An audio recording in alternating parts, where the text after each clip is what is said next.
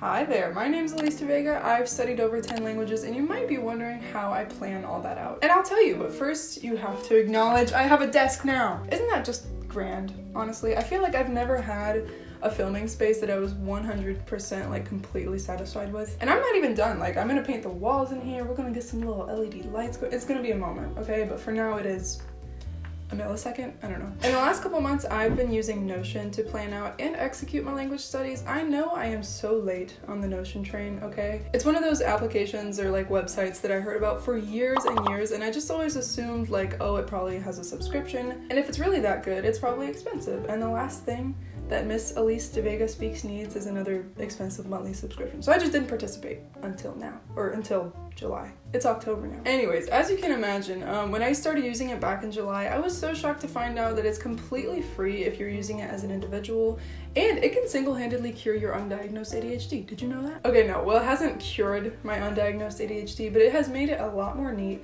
and very aesthetic. So today I'm going to show you guys how I use Notion's tools to get my language studying done, okay? I've really been trying to like pull in the reins these last couple months of language learning because I graduated from college in May.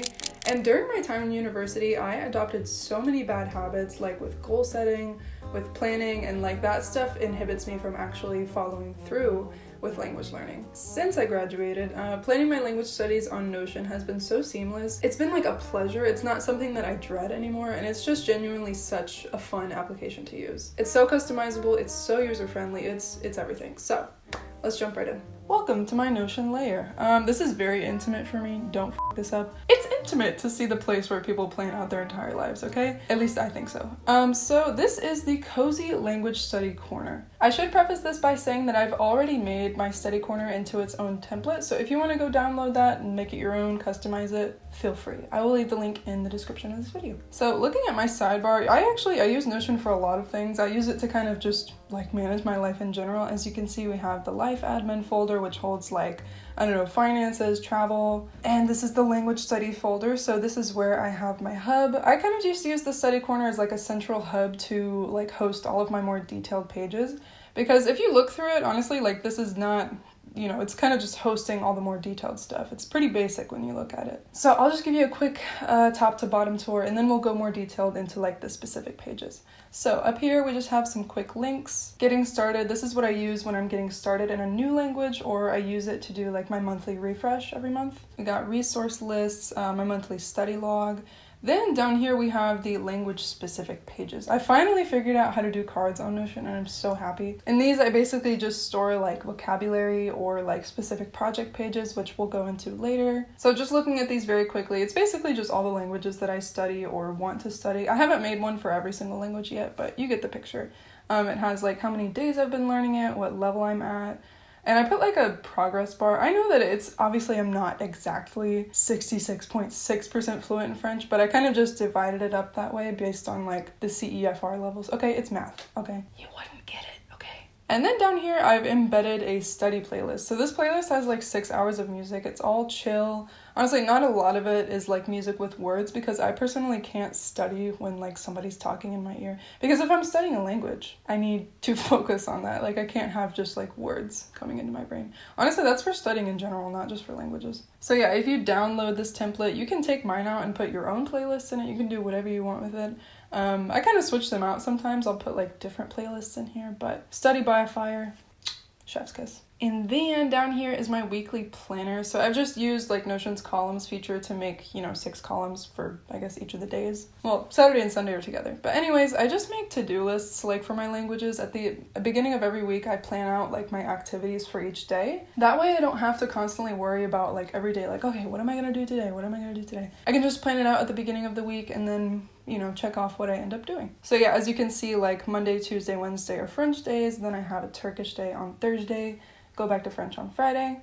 Hey, wait, that's kind of catchy. Turkish Thursday, French Friday. And then I have Turkish on the weekends. So that is my weekly planner. Okay, so going into the specific pages, we're going to start on the Getting Started page. Honestly, it's one of my favorite pages, even though I only use it like once a month or on the occasion that I'm learning a new language, but I just love it so much. I don't know why. So immediately when you jump in here, it says, what languages are you learning? So I do this at the beginning of every month just to kind of reprioritize. I plan out my language goals by month, so it makes sense for me to kind of like recollect and reorganize, reprioritize, whatever, by month. And these are color coded, so green is high priority languages, yellow medium priority, and blue low priority. So for the month of October, French is my like highest priority, so it's in green. Then Turkish is kind of like medium priority because I just got back from a month-long trip in Turkey and I'm kind of like turked out, like I just want to take a step back from it. And then I also have a mystery language, which is low priority. I haven't talked about it yet. I kind of just want some more alone time with it, but I'm just kind of dabbling to figure out if I might want to study it further, so that's why it's blue, low priority. And then from there, goal setting section. So what are my goals? I am a person who doesn't like to set really broad goals. I think I have so much beef. Hold on. I have beef with the language learning community, okay? I think that a lot of times we gravitate towards setting like such general broad goals, and I really want to change that. So I'm a person that sets like short and long-term goals. So here you can see I said, where do you see yourself in a year with your target language? So that's kind of like my more broader goal. And then these 3 columns down here, they're specifically like short-term goals. But before we get into any of that, I do have like up here a little set of reminders for myself on how to set goals, because I think, it sounds simple enough, like goal setting, what do you want to do? But in order to kind of step away from the broad, kind of vague goal setting that I have such an issue with, you have to ask yourself a couple of questions just to kind of hone in on what you want to do, how you're going to do it, and specific like courses of action that you're going to take. So like, what do I want for myself? What do I need to improve? Pointing out your weaknesses, and what will I do to achieve this? So with this, I kind of like bridged the gap between goal setting and study planning. Yeah, so going back to my long-term goals, where do you see yourself in a year with your target languages? So in French, I want to journal weekly, and I'm able to kind of be at the same space where I am in Spanish, where I don't have to speak it constantly to be good at it, and just be at a point where I can jump right back in after some time away. I love the way that I wrote the one for Turkish. So B2 and having semi-deep convos with all the tons of Turkish friends I have yet to make. Like, I was so full of hope when I wrote this. Oh my god, love it. And Mystery Lang, no clue, because I don't even know if I'm continuing with it in the long term, so obviously she don't have any long-term goals. Now going into my short-term goals. So these are the actual short-term goals. So for French, I just want to maintain balance of everyday and advanced topics. In Turkish, I want to talk about myself in the past, present, and future. And the mystery language, I'm literally just dabbling. There's no real goal. So yeah, these are just the goals, but when you click on the drop down, it has like to-do lists of the actual like things I want to accomplish, like the activities I'm going to do to reach this short-term goal. So like for Turkish, to be able to talk about myself in past, present, and future, I need to finish the grammar section on this site that I'm using, and get up to a certain level in my Turkish book. So I'm like looking out specific things that I can do to accomplish those things. I feel like it's really obvious what the mystery language is from this to-do list. So like explore different dialects and print out alphabet sheets to practice with. Like, is that obvious? I'm not sure. I want to see if you guys can guess it. So comment down below what you think my mystery language is. I've been talking about it on Instagram a lot, but not really on YouTube. So I'll give you guys a hint. It's a language that I've previously said I have absolutely no interest in studying. Isn't that wild? Like, honestly, things can change overnight, So that's it for the goal setting section. Right under it, I have a section where I kind of list out media and resources that are most helpful to me. I know this might be kind of redundant. Like, if you know what you like, you know what you like. But sometimes your wants and your needs kind of change. So I just like to check in with myself mentally every month to be like, okay, what kinds of things do I want to use this month? And I love everything. So I pretty much, the only things I don't have checked are novels, online courses, and video games. Once again, if you duplicate this template for yourself, you can add in other resources that you use that I might not use, and you can really just personalize it. And then down here under it, I also have just more language-specific drop-downs. So these are the resources that I'm planning on using in the short term, or like this month for each of my languages. This isn't a place where I just dump out all the resources I could ever like want or might want to use in the future.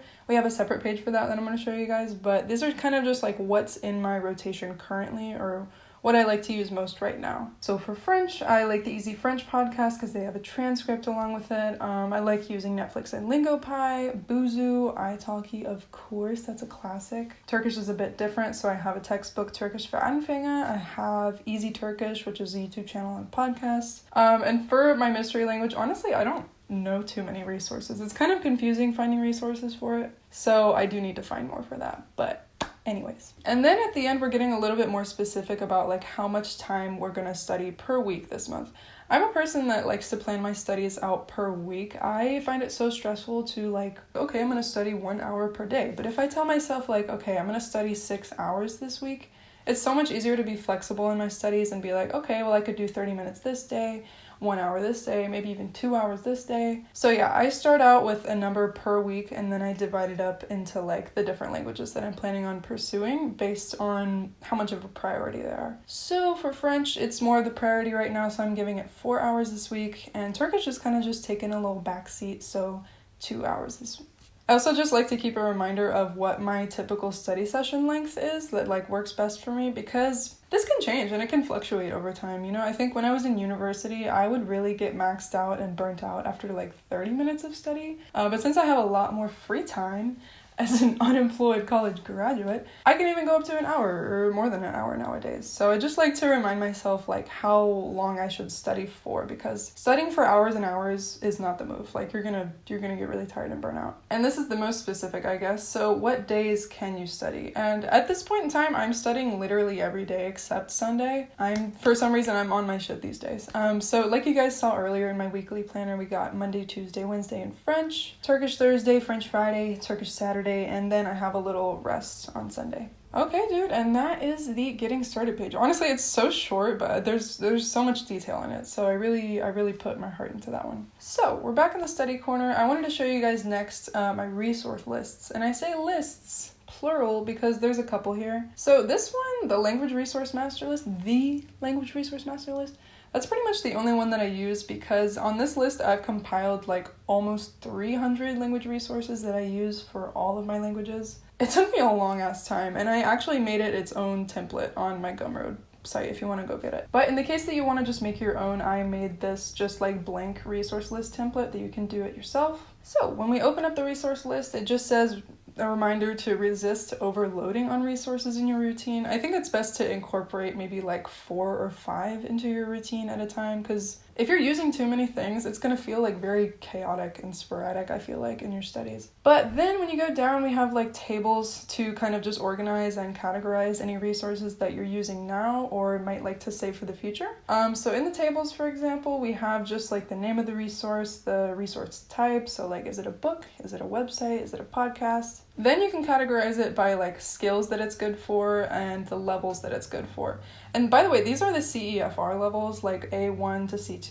But if you're studying a language that doesn't use those levels, like maybe you're studying Chinese and they go by HSK, or you're studying Japanese and it goes by JLPT, you can just create a new category by clicking on it and typing something. But from there, you can also just add like personal notes and a link to it if you want to. So that's that. You can use it. It's a blank thing. You can just fill it in with whatever resources you want. But I'm going to show you guys really quickly the Language Resource Master List because I just love it so much. So this is it. I kind of have my menu here for all of the languages that I have resources for. And if I click them, it just takes me down to that specific section. So there's German. Here's Turkish, for example. So it kind of just like transports you to whatever language you're looking for. And there's so many resources on here. It's almost 300. I put a ton of detail and I included links to everything. I even included like Instagram pages you should follow or movies and TV that you should watch. So I'm not to self-promo or anything, but it's only $6.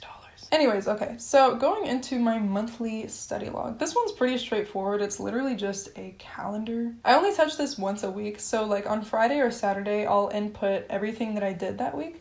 Because, you know, just because I have a weekly planner and I make a to-do list doesn't mean I'm going to end up doing every single thing on that list. So this is for me to keep track of like what I actually end up doing, how long I end up studying for, what activities I like. There's a little check mark on it to like say if I actually studied that day or not, because, you know, shit happens and I need to keep track of like what days I am studying. So yeah, this is just where I keep track of what I actually am finishing, because like I want to make sure that I'm not setting myself standards that are too high. So if I'm noticing that I'm really not doing as much as I'm planning out, I'll probably just plan to do less. But honestly, I've been doing very good. Like I've studied every single day in the last week. Catch me slipping? No way. So yeah, like I said, I just use this one day a week just to keep track. Okay, so honestly, the links up top were like, I guess, the biggest chunk of everything. Everything from here is pretty straightforward and simple. So I want to show you guys like what goes on in my language specific pages, like my little cards that I have going here. So if we click here on Français, This is my French page. All that I have stored in here, like I said, is vocabulary and a project page. So let's talk about the project pages first. So Opération Parler is something I created as kind of just like a way to organize a challenge for myself. I'm a person that likes to break down my language learning into like side quests and like specific missions a lot of the time. So this is a place where I've just organized a mission or like a challenge for myself to get my speaking skills up, because like it says here, the goal is to relearn how to express myself well in French, both in written and speaking. I've given myself 2 months to do this, and this is just a reminder of my weak points, which are vocabulary and verb conjugations. So from there, I've kind of just put like, you know, what things I'm going to study in this time. So vocabulary things, speaking skills, and grammar and writing. So this is just like if I don't know what to focus on, or if I'm losing focus on what I actually need to do, then from there I have like the routine and schedule. So this is like a lot more detailed of like how I'm implementing this challenge. So I decided that I was going to do 4 hours a week. I'm going to study Monday, Tuesday, Wednesday, and Friday. So I give myself a break from French on Thursday. So 4 hours a week, 4 days a week. That means that I'm studying 1 hour a day. And so I've kind of designated here what I'm going to be doing on each day. I like to dedicate my studies to like 1 or 2 skills a day. So like sometimes I'll pair skills that go together, like listening and speaking, reading and writing. Some days I'll focus just on speaking. So for example, on Mondays I'm doing oral practice and vocabulary. On Wednesday, I'm doing reading and writing. And so Friday is just kind of like a fun day. And from there, I've made a table for literally every week of this project. It's a 9-week project. So is this psychotic? I feel like it's so normal, but then I'm like, is this a crazy amount of planning? I don't know. Anyways, like for the first week, these are the specific dates that I ended up studying. I also like designate in the tables what activities I planned, how long I studied, if I put it on Polylogger, which is an app that I use to track my study time. What activities I actually completed. So if it has a red X, it means that like I planned to do it, but I ended up doing something else, or maybe just didn't do anything. And then I just put notes. So I'm planning on keeping up with this like for the entire 9 weeks. Honestly, we'll see. But yeah, this is what I call a project page. On Portuguese, I have 2 kind of projects that aren't active right now, but they're things that I want to do in the future. So we got Operação Portunhol, which is for me to get rid of my Portunhol, which is me mixing Spanish and Portuguese. And the other is Operação Escritura. So this is for me to just improve my writing, because I'm honestly not very good at writing in Portuguese. I'm really good at speaking. I'm good at holding a conversation. I know a lot of vocabulary, but writing? And so also my vocab tables, I meant to show you guys that. So this is literally just what it sounds like. It's me putting in words that I learn. So on these tables, I try not to just make it like, okay, here's the word and this is what it means. Like I want to be a bit more specific. And I want to learn more synonyms. So I try to put first like a synonym of what it means in that language, and then use it in a sentence here. Then I'll include the English translation. Maybe I'll put like a note if I have a question about how this word is used. And then I also categorize it by part of speech. So honestly, I write down verbs most of the time. I love getting new verbs. I am verb crazy, okay? Maybe I need a bit more adjectives, honestly, but I just kind of like to keep track of what words I'm writing down most. So maybe chill out on the verbs, Elise. I don't know, shit. And that is literally it, my friends. This is my study corner. This is where it all happens. Planning, execution, progress tracking, all of it. So in closing, I would say I wish I discovered Notion sooner, but that would be some bullshit if I said that, because I've known about it for a long time. I just took forever to jump on the bandwagon. Your life? This is your life before Notion? And this is it after Notion, okay? Okay. It's so great for planning out language studies. It's great for everything, to be honest. If I had used this back when I was a university student, maybe I would have been a better university student. So if you want to start using Notion, I will leave the link down in the description. I will also include links to my templates, so my study corner and my resource master list if you're interested in that. You should be interested in it. Okay, anyways, thank you so much for watching this video. I will see you next time, and take care.